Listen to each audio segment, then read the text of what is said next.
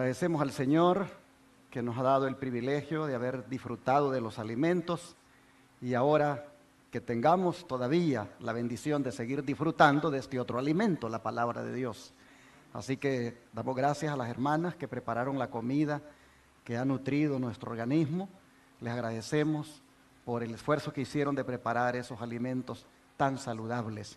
Y estoy muy contento de haber conocido a algunos de ustedes mientras comíamos, que hemos tenido conversaciones por teléfono en el pasado, pero que no nos habíamos visto nunca, como mi hermanita aquí, Leonor Padilla.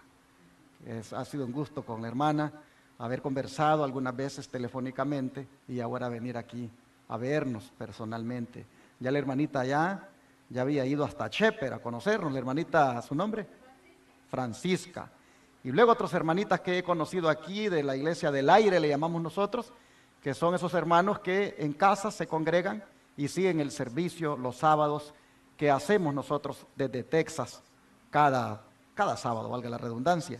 Así que ha sido un gusto para mí conocerlos a todos, a los que no son de la Iglesia del Aire, porque están congregándose físicamente acá. Igualmente me es un gusto conocerlos y agradecido estoy con Dios de que nos permitan compartir la palabra con ustedes. Vamos a tratar este tema que lo hemos titulado «Haz que la lluvia tardía llene mi vasija». Todos nosotros aquí somos vasijas. Pero ¿cuántos de ustedes quisieran que la lluvia tardía les llene a ustedes como vasija? ¿De verdad?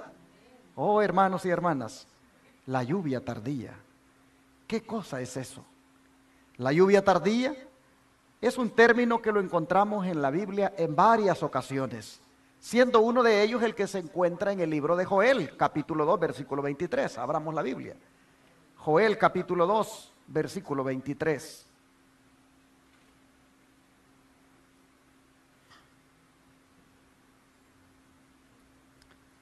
Joel, capítulo 2 y versículo 23. Dice la Escritura: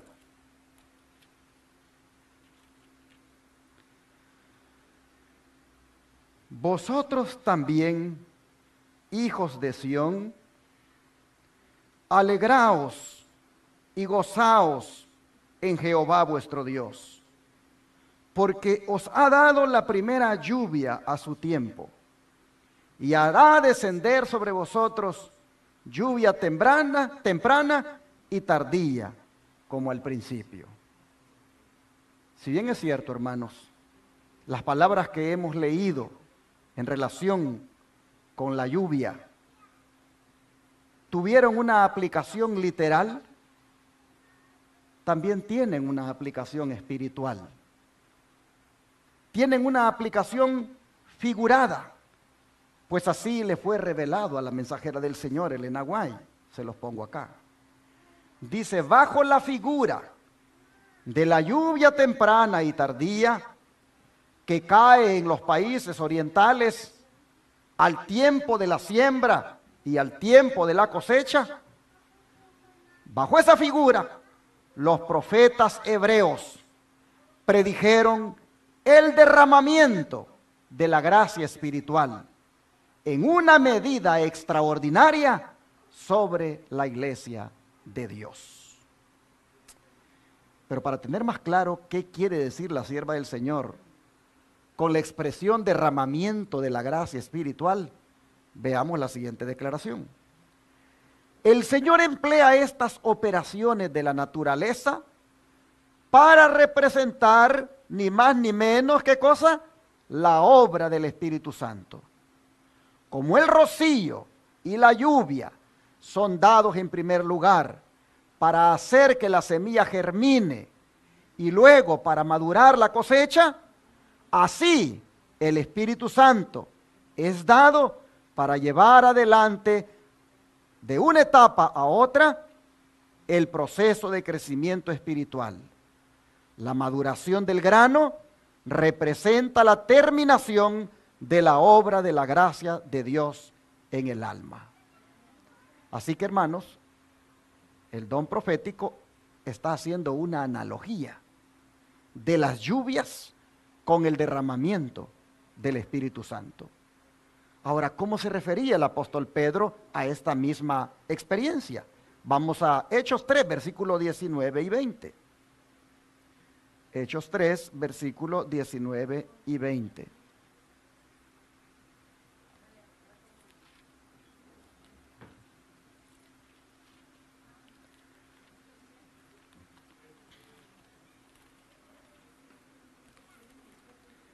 Hechos capítulo 3, versículos 19 y 20. Dice, así que arrepentíos y convertíos para que sean borrados vuestros pecados, para que vengan de la presencia del Señor tiempos de refrigerio, y Él envíe a Jesucristo que os fue antes anunciado. Interesante, hermanos. Pedro pone antes de la venida del Señor la llegada de los tiempos de ¿qué? De refrigerio.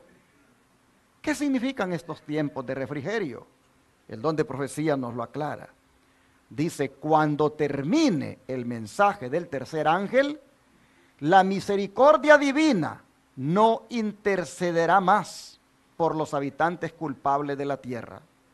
El pueblo de Dios habrá cumplido su obra, habrá recibido la lluvia tardía, el refrigerio de la presencia del Señor, y estará preparado para la hora de prueba que le espera. Así que la lluvia tardía y el refrigerio de la presencia del Señor son la misma cosa, es decir, el derramamiento del Espíritu Santo. Pero ¿cuál es la equivalencia de esa palabra refrigerio? Vean esta otra cita. El refrigerio o poder de Dios desciende únicamente sobre aquellos que se han preparado para ello, haciendo la obra que Dios les invita a hacer, que consiste en purificarse de toda inmundicia de la carne y del espíritu y en perfeccionar su santidad en el temor de Dios. Noten que el equivalente del término refrigerio es poder de Dios. Pregunto, ¿cuántos necesitan aquí el poder de Dios? Oh, hermanos, necesitamos el poder de Dios. Y no solo lo necesitamos, sino que lo necesitaremos. ¿Para qué? Para esto, miren. Si tenéis una sensación de necesidad en el alma, si sentís hambre y sed de justicia, es evidencia de que Cristo está obrando en vuestro corazón para que lo busquéis, a fin de hacer por vosotros, mediante el don de su Espíritu Santo, las cosas que os es imposible hacer por vosotros mismos. Así que, ¿para qué necesitamos nosotros el Espíritu Santo, hermanos? Para que haga por nosotros, dice, lo que nos es imposible hacer por nosotros mismos. ¿Cómo qué, por ejemplo? Leamos Juan 16, versículos 7 al 11. Juan 16, versículos 7 al 11. Y aquí la Escritura dice, Juan 16, versos 7 al 11. Dice, pero yo os digo la verdad, os conviene que yo me vaya, porque si no me fuera, el Consolador no vendría a vosotros, mas si me fuere, os lo enviaré. Y cuando Él venga, convencerá al mundo de pecado, de justicia y de juicio. De pecado por cuanto no creen en mí, de justicia por cuanto voy al Padre y no me veréis más, y de juicio por cuanto el príncipe de este mundo ha sido ya juzgado. Miren ustedes, 3 cosas hace el Espíritu Santo que nosotros no podemos hacer por nosotros mismos. Una es convencernos de pecado. Otra es convencernos de justicia y la otra es convencernos de juicio. ¿Quién te convenció a ti, hermano, de que eras un pecador? ¿Tú solito te convenciste? No. El Espíritu Santo puso en ti esa convicción de que eras pecador. ¿Quién te convenció a ti de justicia? Es decir, que necesitabas la justicia de Cristo en tu vida para que ese pecado fuera perdonado. ¿Quién te convenció después de hacerte sentir que eres pecador? ¿Quién te convenció de que necesitabas de ser justificado por la fe? Solo el Espíritu Santo.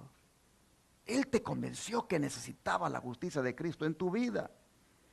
¿Y quién es el que te convence que si no quieres nada con la justicia de Cristo, finalmente entonces lo que te espera es el juicio y que tendrás que ser enjuiciado? ¿Quién es el único que te convence de que tendrás que ser enjuiciado? Solamente el Espíritu Santo. Así que esas tres cosas tú no las puedes hacer por ti mismo, de manera que el Espíritu Santo ha sido dado para que nosotros, hermanos, seamos convencidos de eso. Pero hay algo más por lo que necesitamos nosotros el Espíritu Santo, y es para poder ser libres del pecado. Mire lo que dice Romanos 7, 14 al 20. Romanos 7, 14 al 20.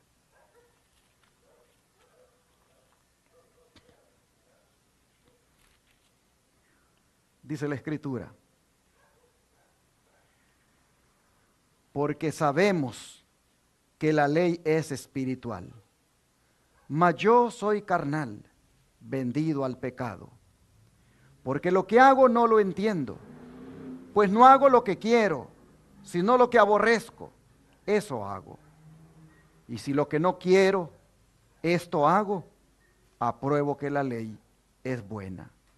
De manera que ya no soy yo quien hace aquello, sino el pecado que mora en mí.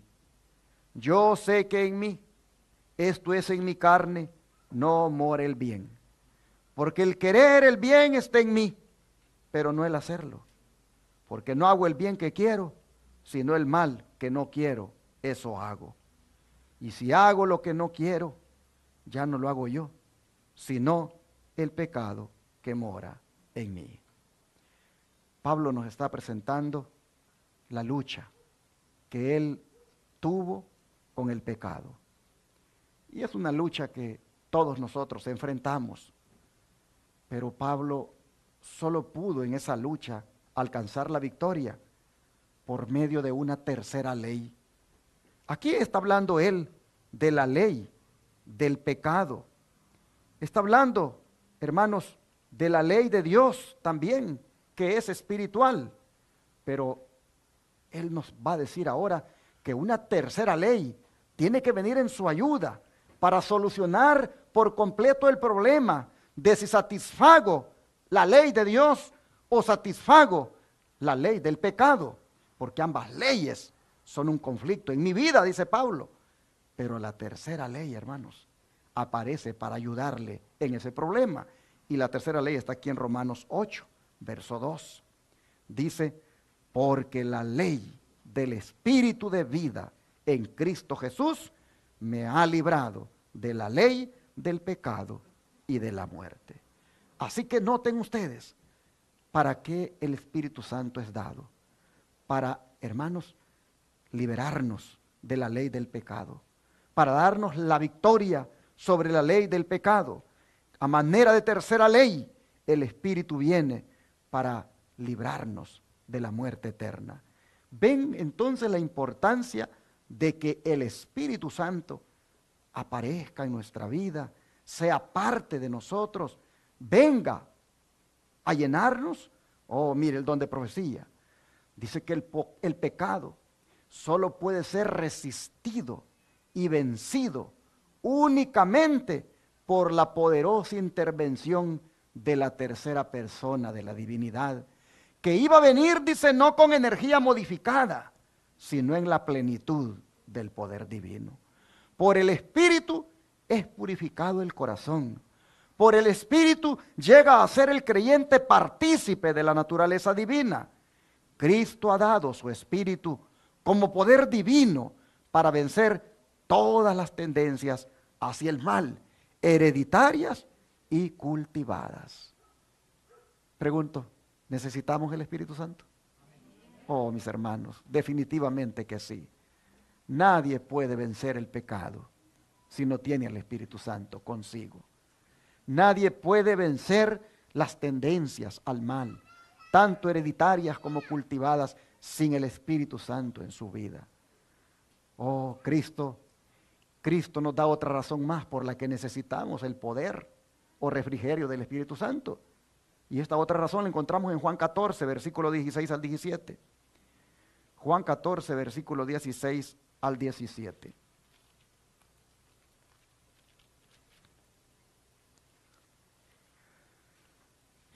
Dice, el Espíritu de verdad. Vamos a leer el de 16. Y yo rogaré al Padre, yo estaba leyendo en el 17, y yo rogaré al Padre, y os dará otro consolador, para que esté con vosotros para siempre. El Espíritu de verdad, el cual el mundo no puede recibir, porque no le ve ni le conoce, pero vosotros le conocéis, porque mora con vosotros y estará en vosotros. No os dejaré huérfanos, vendré a vosotros. Qué hermoso, hermanos. Qué hermoso es saber, como decían los griegos, que nosotros tenemos un paracleto. Es decir, alguien que está a nuestro lado, alguien que ha sido llamado para venir a la par de nosotros, a darnos su ayuda en todas las aflicciones. Imagínense el cuadro que usted está en un tribunal y a usted le toca hablar, porque usted es el acusado, pero usted tiene allí a la par un abogado y usted se siente bien fortalecido porque esta persona es muy capaz, porque esta persona está allí para ayudarlo a salir del problema. Bueno, hermanos, algo así es el Espíritu Santo con nosotros. El Espíritu Santo a manera de abogado. Él siempre está a nuestro lado para ayudarnos en las pruebas, en las dificultades. Cuando usted le den de predicar la palabra de Dios, cuando le den el privilegio de cantar, siempre dígale al Espíritu Santo, quiero que estés conmigo allí a la par para que me ayudes a cantar. Quiero que estés conmigo allí a la par para que me ayudes a predicar. Cuando vaya a dar un estudio bíblico, dígale, yo quiero que vayas conmigo, yo quiero que estés a mi lado. El Señor para eso dejó el Espíritu Santo, hermanos, para que esté con nosotros siempre, para que esté con nosotros y para que esté en nosotros. Y si está en nosotros, entonces venimos, dice, a ser partícipes de la naturaleza divina, porque alguien de la deidad está en nosotros. Oh, hermanos, esto es algo hermoso. La mensajera del Señor, vea cómo lo dice, en toda ocasión y lugar, en todas las tristezas y aflicciones, cuando la perspectiva parece sombría y el futuro nos deja perplejos y nos sentimos impotentes y solos, se envía al Consolador en respuesta a la oración de fe. Las circunstancias pueden separarnos de todo amigo terrenal, pero ninguna circunstancia ni distancia puede separarnos del Consolador celestial.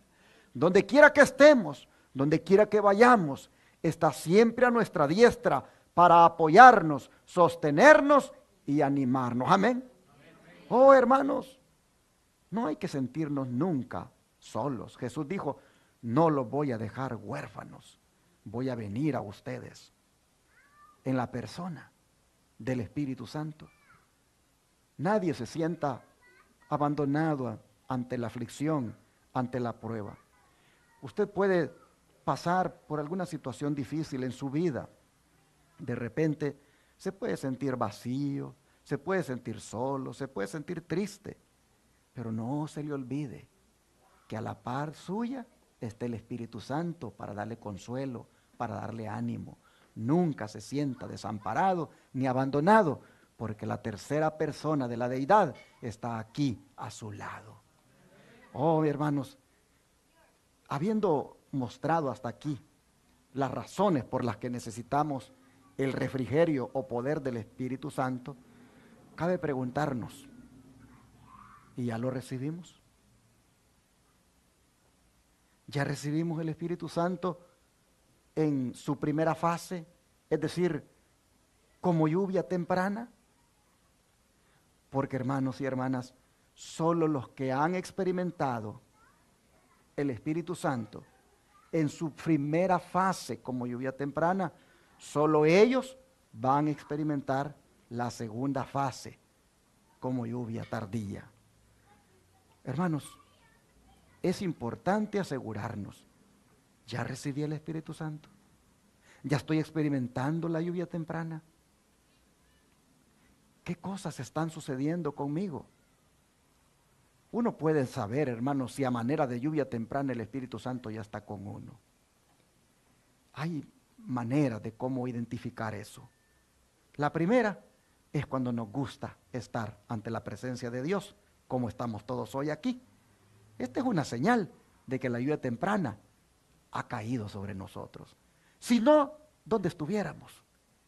La segunda es cuando nos gusta servir a Dios en cualquier privilegio, cuando nos gusta salir a su obra misionera, cuando nos gusta apoyar la obra del Señor.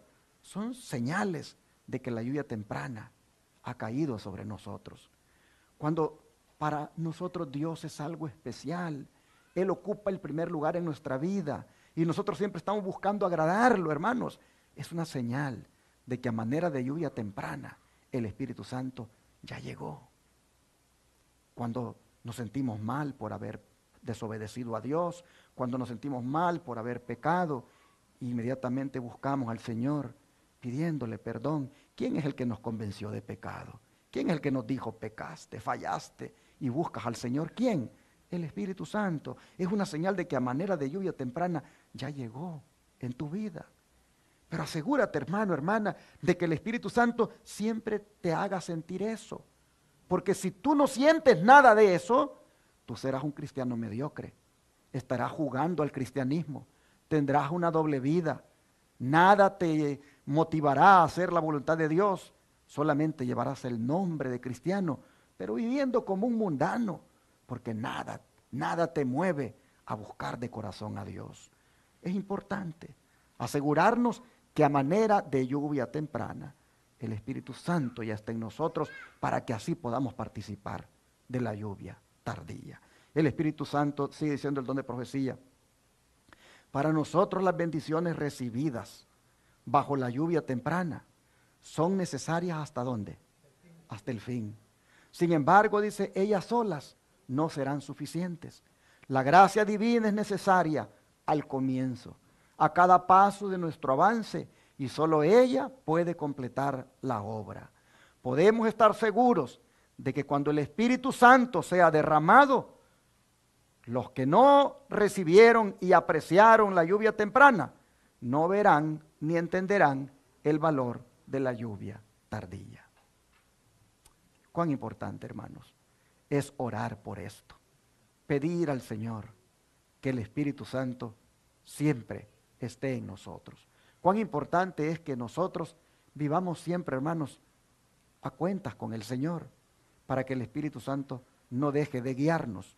Porque así como comienza el caminar de la vida cristiana con el Espíritu Santo, se debe mantener con el Espíritu Santo y terminarla con el Espíritu Santo. No podemos nunca separarnos del Espíritu Santo. El día que nos bautizamos, ese día se invocó el nombre del Padre, el nombre del Hijo y del Espíritu Santo. Y desde ese día hicimos un compromiso de dejarnos guiar siempre por el Espíritu Santo. Y desde ese día del bautismo hasta hoy, hermanos, nosotros deberíamos haber estado experimentando la presencia del Espíritu Santo a manera de lluvia temprana. No podemos estar pensando saltarnos a la segunda lluvia sin haber experimentado la primera. Así que sería bueno preguntarnos en esta hora, ¿cómo está nuestra vida espiritual? ¿cómo está en este momento nuestra vida? ¿Está rebosante? ¿Está seca? ¿Está toda tibia? ¿Está como un árbol que no tiene hojas, que no tiene vida, que no tiene gozo?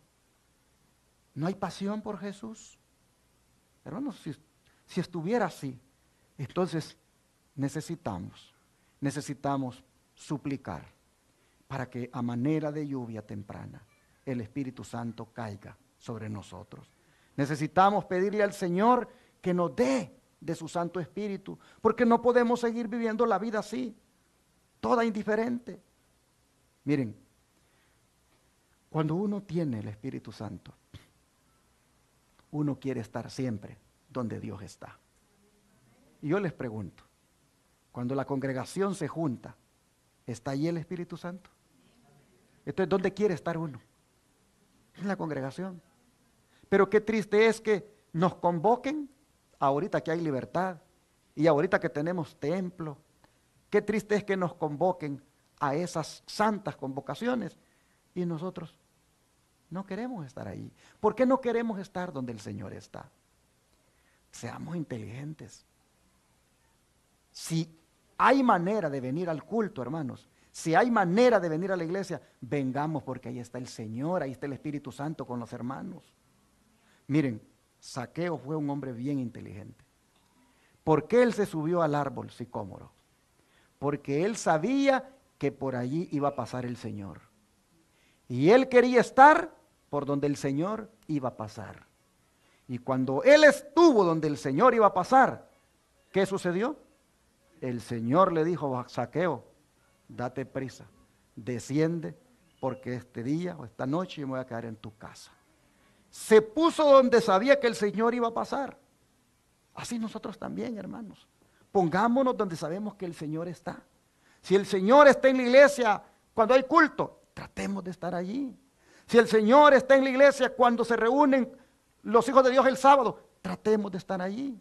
Donde quiera que sepamos que hay algo de Dios, tratemos de estar allí, porque allí está Dios. Ahí está el Espíritu Santo y ahí el Espíritu Santo se manifiesta en las vidas de los que están presentes.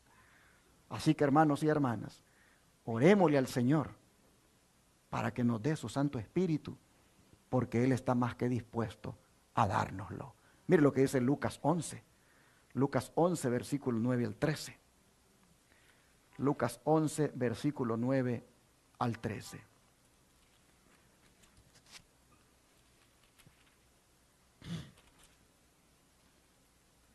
Dice la palabra.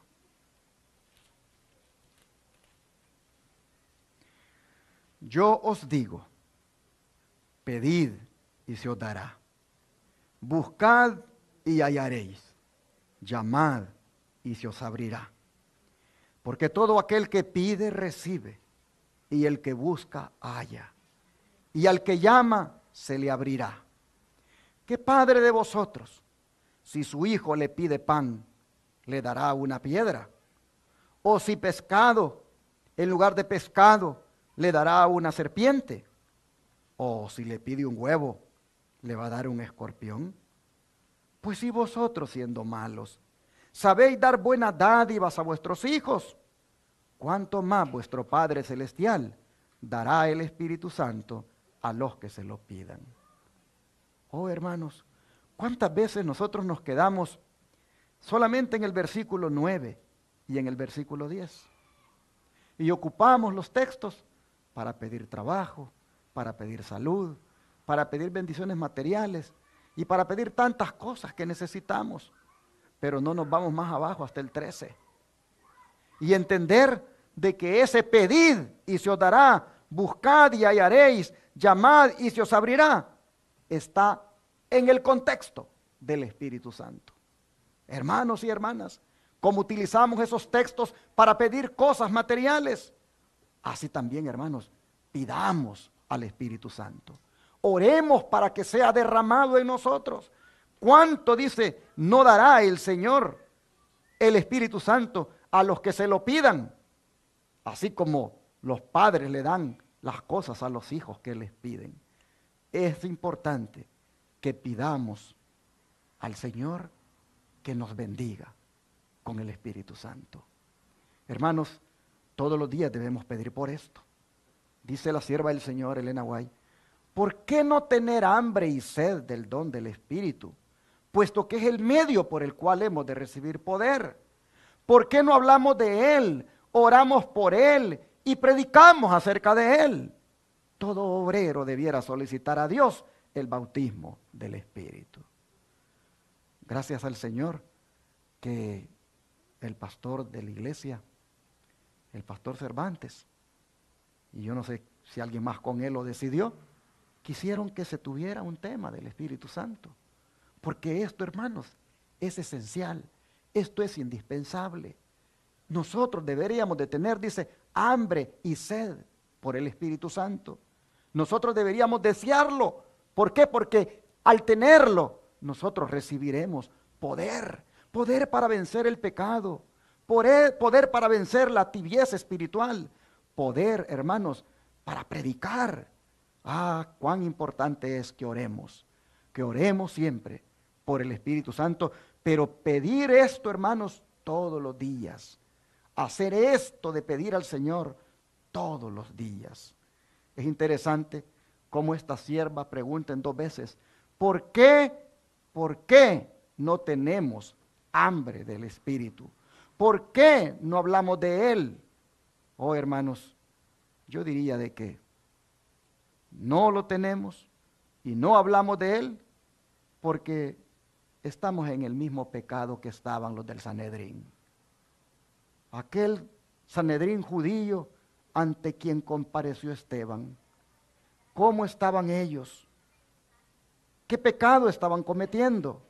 Vamos a mirarlo en el libro de Hechos 7, versículos 51 al 52.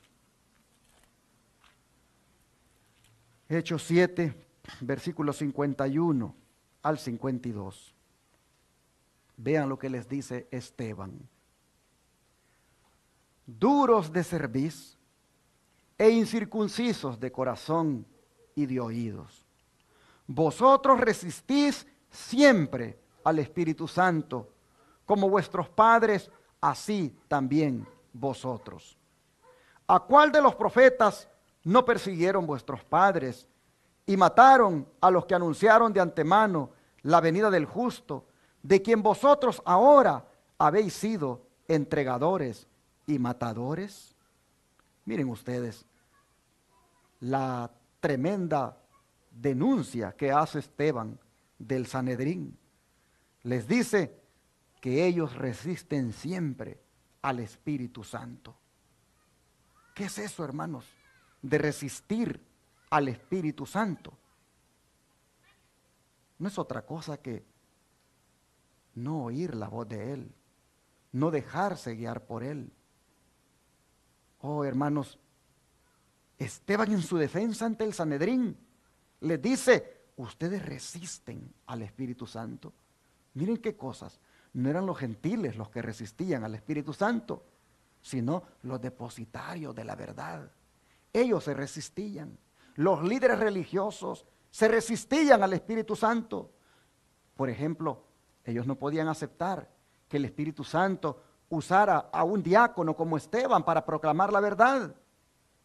El celo por su organización religiosa no los dejaba reconocer que el Espíritu Santo es soberano y que Él usa a quien Él quiere. Oh, hermanos, ¿por qué tenían a Esteban allí? ¿Por qué estaban listos para matarlo? Porque no resistían que ese hombre, que no era ningún teólogo, que no era ninguno de los de la élite, del liderazgo de la iglesia, ese hombre tuviera poder para predicar. Ellos no lo resistían. ¿Pero por qué lo hacían? Por 3 razones, dice Esteban. Número 1, porque eran duros de cerviz, eran incircuncisos de corazón y eran incircuncisos de oídos. ¿Qué significa esto? Que eran orgullosos, que eran incapaces de doblar la cabeza y humillarse. Pensaban, como algunos líderes del Israel moderno de hoy, de que solo ellos tenían la razón y que solo lo que se hiciera a través de los canales regulares de la conferencia tenía la aprobación de Dios. Prácticamente, hermanos, eran carnales en su corazón y oídos, es decir, en sus razonamientos y en solo a quien ellos querían escuchar. ¿Y por qué los comparo a ellos con el Israel moderno? Porque resulta, hermanos, que los líderes del Israel moderno eso mismo han hecho en la historia. Por ejemplo, en 1888 y 1901, mire lo que se dice del Israel moderno, de su liderazgo en relación al Espíritu Santo. Dice, la falta de voluntad para renunciar a opiniones preconcebidas y aceptar esta verdad fue la principal base de la oposición manifestada en Minneapolis contra el mensaje del Señor, expuesto por los hermanos Waggoner y Jones. Suscitando esa oposición, Satanás tuvo éxito en impedir que fluyera hacia nuestros hermanos en gran medida el poder especial del Espíritu Santo que Dios anhelaba impartirles. El enemigo les impidió que obtuvieran esa eficiencia que pudiera haber sido suya para llevar la verdad al mundo, tal como los apóstoles la proclamaron después del día de Pentecostés. Fue resistida la luz que ha de alumbrar a toda la tierra con su gloria y en gran medida ha sido mantenida lejos del mundo por el proceder de nuestros propios hermanos. Mensajes Selectos, tomo 1, página 276. En otras palabras, mis hermanos, la lluvia tardía se pudo haber derramado en 1888. ¿Pero por qué no se dio? Dice, por la falta de voluntad para renunciar a opiniones preconcebidas. ¿Cómo se le llama esto? Orgullo y prejuicio. No aceptaban que Waggoner y Jones, esos campeones de la justificación por la fe, esos que predicaban que en Cristo el hombre es justificado por la fe. Oh, hermanos, ellos no aceptaban eso y rechazaban ese mensaje, y al hacer eso estaban rechazando que el Espíritu Santo se derramara. Años más tarde, en 1901, volvió a ocurrir. El Espíritu Santo otra vez quiso derramarse y se encontró con los mismos obstáculos. Pues vean, cierto mediodía, dice, estaba escribiendo sobre la obra que podría haberse hecho en el último congreso de la Asociación General, el de 1901. Si los hombres en cargos de confianza, es decir, los líderes, hubieran seguido la voluntad y el camino de Dios, aquellos que habían tenido gran luz no habían caminado en ella. La reunión terminó y no se había efectuado un cambio de actitud. Los hombres no se humillaron ante el Señor como deberían haberlo hecho, y el Espíritu Santo no fue impartido. Oh, hermanos, otra vez los ministros y delegados de aquel congreso seguían manifestando el mismo defecto de carácter, el orgullo, impidiendo así que el Espíritu Santo se derramara en aquel congreso. Dice, procuré ver la humildad de corazón que debiera siempre asentar como una vestimenta apropiada sobre nuestros ministros, pero no la llevaban. Busqué el amor profundo por las almas que el maestro dijo que debían poseer, pero no lo tenían. Quise escuchar las oraciones fervorosas ofrecidas con lágrimas y angustias de corazón en favor de los impenitentes e incrédulos en sus propios hogares y en la iglesia, pero no se escuchaba ninguna. Quise escuchar las plegarias hechas en demostración del Espíritu, pero faltaban. Busqué a los portadores de cargas que en un tiempo como este debieran estar llorando entre la entrada y el altar, diciendo, perdona, oh Jehová, tu pueblo, y no entregues al oprobio tu heredad. Pero no escuché semejantes súplicas. Unos pocos que son fervientes y humildes buscaban al Señor. En algunas de estas reuniones, 1 o 2 ministros sentían su responsabilidad y estaban sobrecargados como carretas bajo el peso de las gavillas, pero la mayoría de los ministros no tenían más conciencia de la santidad de su obra que los niños. Testimonios para la Iglesia, tomo 5, página 155. En otras palabras, en 1901, las cosas estaban como cuando Jesús vino aquí a la tierra, que el liderazgo de la iglesia no estaba listo para recibirlo y solo unos poquitos pastores allá en la aldea de Belén, estaban estudiando las profecías y a ellos les fue revelado el grande privilegio de que el Señor ya estaba aquí en esta tierra. En 1901 igual unos poquitos ministros, dice, estaban realmente orando, intercediendo, suplicando por el Espíritu Santo. Solo unos cuantos mostraban ese temor del Señor. Los demás simplemente ostentaban el cargo de pastores, ostentaban el cargo que tenían en la obra, pero lleno de orgullo, y así el Espíritu Santo no se derramó. Un texto que mejor define lo que debió haber ocurrido y que debería estar ocurriendo ahora es el que se encuentra en 2 Crónicas 7:14. 2 Crónicas 7:14.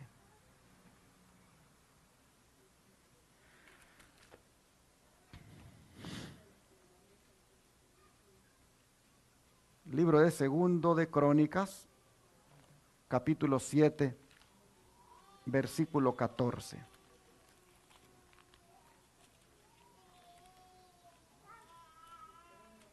Y la Escritura dice: si se humillare mi pueblo, sobre el cual mi nombre es invocado, y oraren y buscaren mi rostro, y se convirtieren de sus malos caminos, entonces yo oiré desde los cielos, y perdonaré sus pecados, y sanaré, ¿qué cosa? Su tierra. ¿Cuándo dice? Cuando mi pueblo se humillare. Si mi pueblo se humillare. Aquí, hermanos, se está hablando de humillación, está hablando de confesión, está hablando de arrepentimiento. Aquí se está hablando de tres cosas que para efectos prácticos de salvación deben avanzar juntas: humillación, confesión y arrepentimiento. Eso debió haber ocurrido en el Congreso de 1888 que hizo el Israel moderno, debió haber ocurrido en 1901 y debió haber ocurrido ya, hermanos, hace tiempo en la iglesia remanente. Hace falta humillación, hace falta confesión, hace falta arrepentimiento. Tres cosas que tienen que avanzar juntas. Pero al frente de estas tres, es interesante que marcha la humillación. ¿Por qué la humillación?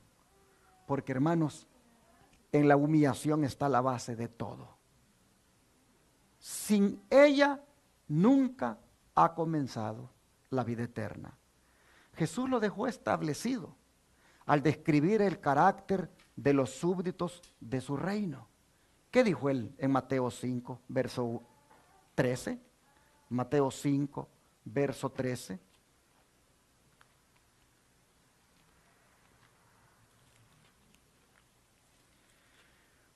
Dice el Señor: vosotros sois la sal de la tierra. Pero si la sal se desvaneciere, ¿con qué será salada? No sirve más para nada, sino para ser echada fuera y hollada por los hombres. Pero antes el Señor ha estado hablando de las bienaventuranzas y ha mencionado que son bienaventurados los pobres en espíritu, los que lloran, los mansos, los que tienen hambre y sed de justicia, los misericordiosos, los de limpio corazón, los pacificadores, los que padecen persecución. Pero en estos mansos, hermanos, en estos pobres en espíritu, están los humildes. Así que los súbditos de su reino deben, hermanos, ser humildes. Los pobres en espíritu son los humildes y con ellos mora el Señor. Pues vea lo que dice Isaías 57, verso 15. Isaías 57, verso 15.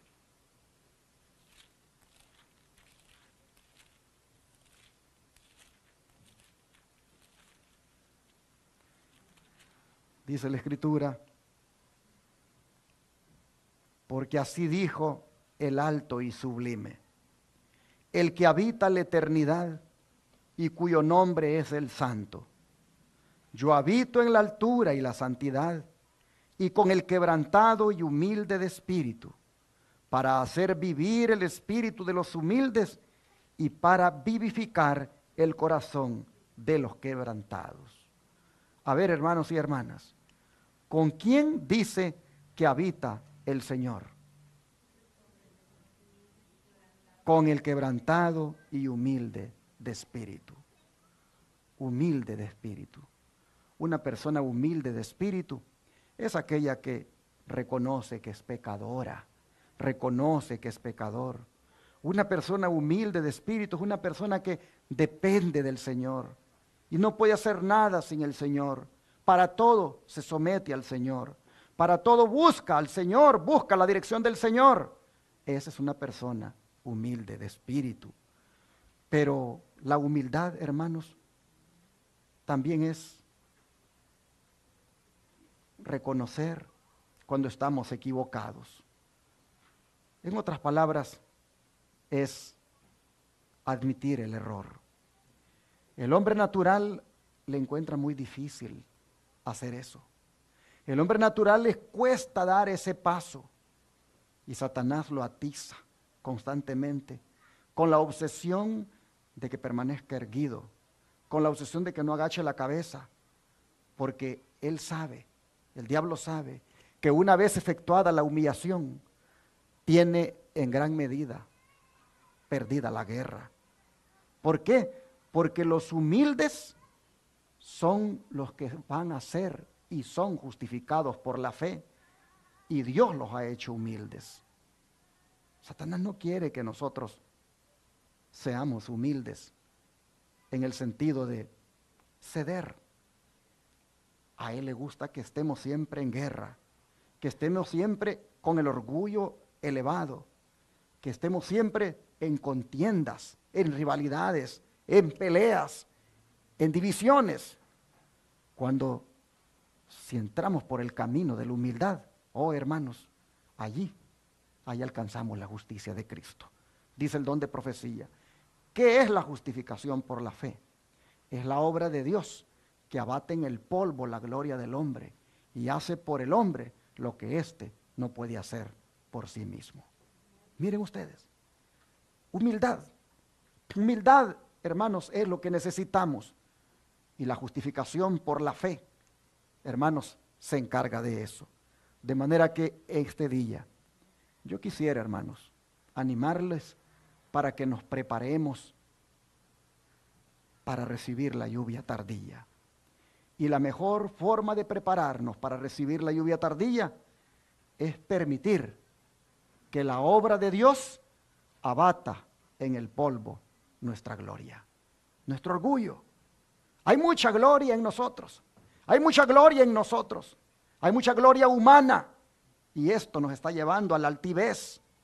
Y de seguir así, hermanos, la lluvia tardía no va a caer, porque esa lluvia hace humilde al que la recibe. Vean ustedes, al buscar a Dios para que nos conceda el Espíritu Santo, Él producirá en nosotros mansedumbre, humildad de mente y una consciente dependencia de Dios con respecto a la lluvia tardía que trae perfección. Así que solo el Espíritu Santo nos puede hacer humildes. Los necesitamos. Sigue diciendo, vi que nadie podía participar del refrigerio a menos que venciera todas las tentaciones y triunfara contra el orgullo, el egoísmo, el amor al mundo y toda palabra y obra mala. Recuerden todos que Dios es santo y que únicamente seres santos podrán morar alguna vez en su presencia.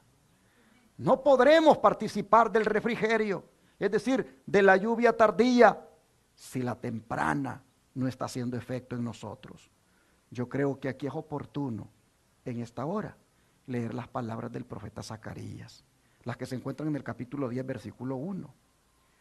Zacarías, capítulo 10, verso 1. Y dice el profeta, pedid a Jehová lluvia en la estación tardía. Jehová hará relámpagos y os dará lluvia abundante y hierba verde en el campo a cada uno. A ver, hermanos, ¿a cuántos dice que les va a dar? A cada uno. Oh, si hay un lugar idóneo para pedir esto, es en una reunión como esta. Si hay un lugar, pero perfecto, para pedir que la lluvia en su estación tardía se derrame y que cada uno reciba esa bendición del Espíritu Santo, si hay un lugar para hacer eso, es este y en este momento. El don de profecía dice, en cada reunión a la que asistamos, nuestras oraciones deben ascender, pidiendo que en ese mismo momento Dios imparta calor y rocío a nuestras almas. Mientras le pidamos al Espíritu Santo, este obrará en nosotros mansedumbre, humildad y una consciente dependencia de Dios a fin de recibir la plenitud de la lluvia tardía. Fíjense ustedes, en cada reunión a la que asistamos debemos pedir la bendición del Espíritu Santo. Hermanos y hermanas, aquí estamos en una convocación santa, en un día santo. ¿No creen que deberíamos de orar por el Espíritu Santo? ¿No creen que deberíamos de orar porque el Espíritu Santo se derrame en nuestra vida para que nos haga humildes, mansos, dependientes de Dios? Hermanos, cada uno de nosotros aquí es como un recipiente, listo para ser llenado. Si usted llega a un culto los miércoles, vaya como recipiente listo para ser llenado. Si usted va a un día de culto entre semana, vaya como recipiente listo para ser llenado. Cuando salga de su casa, véngase como vasija lista para ser llenada. El don de profecía, mire lo que dice. No necesitamos preocuparnos por la lluvia tardía. Todo lo que debemos hacer es mantener limpio el recipiente y ponerlo hacia arriba, listo para recibir la lluvia celestial y perseverar en oración. Haz que la lluvia tardía llene mi vasija. Por eso titulé así esta reflexión. Haz que la lluvia tardía llene mi vasija. Que la luz del ángel glorioso que se une con el tercer ángel brille en mí. Dame una parte en la obra. Déjame proclamar el mensaje. Permíteme ser colaborador de Jesucristo. Al buscar así a Dios, permítanme decirles que Él está permanentemente preparándolos y dándoles su gracia. Alza tus ojos, página 281. Pero me quedo con esta parte que está en amarillo. Todo lo que debemos hacer es mantener limpio el recipiente y ponerlo hacia arriba. Cuando usted necesita agua y sabe que viene la tormenta, inmediatamente pone allí sus vasijas, sus barriles, lo que sea, los pone boca abajo. No, ¿verdad? Los pone boca arriba para que se le llenen del agua lluvia. Bueno, dice el Señor, cada uno de ustedes, dice aquí el don de profecía, cada uno de ustedes son vasijas, pero pongan la boca arriba. Porque el problema con ustedes, dice, es que como que anduvieran con boca abajo, de boca abajo se ponen y así no son llenados. Hermanos, pongámonos boca arriba para que seamos llenados del Espíritu Santo. Pero antes, mire, limpiemos el recipiente. ¿Cuál? El corazón. Limpiemos, hermanos, nuestro ser. Limpiémoslo en la sangre de Cristo. Limpiémoslo en la sangre del Cordero. Y luego pongámoslo boca arriba para que la lluvia tardía se derrame. Pregunto en esta tarde, ¿cuántos de verdad quisieran, como vasija, ponerse boca arriba para que el Espíritu Santo sea derramado en ustedes? ¿Cuántos? Levanten la mano. ¿Cuántos quisieran que oráramos ahorita para que el Espíritu Santo descienda? Vamos a orar, arrodillémonos.